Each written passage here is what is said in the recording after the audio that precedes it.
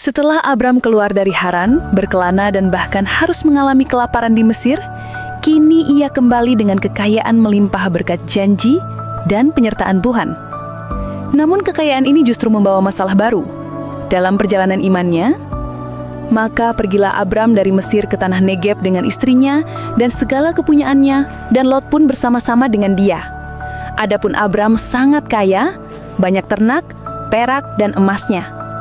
Ia berjalan dari tempat persinggahan ke tempat persinggahan, dari tanah Negeb sampai dekat Betel, di mana kemahnya mula-mula berdiri. Antara Betel dan Ai, disitulah Abram memanggil nama Tuhan.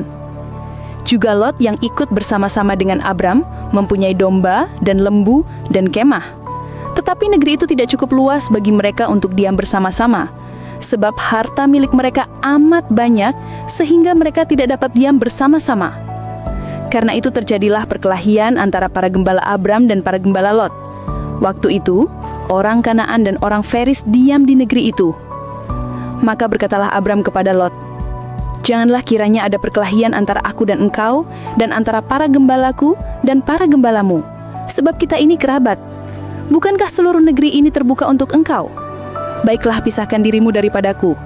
Jika engkau ke kiri, maka aku ke kanan. Jika engkau ke kanan, maka aku ke kiri." Lalu Lot melayangkan pandangannya dan dilihatnya lah bahwa seluruh lembah Yordan banyak airnya, seperti taman Tuhan, seperti tanah Mesir, sampai ke Zoar. Hal itu terjadi sebelum Tuhan memusnahkan Sodom dan Gomora. Sebab itu Lot memilih baginya seluruh lembah Yordan itu.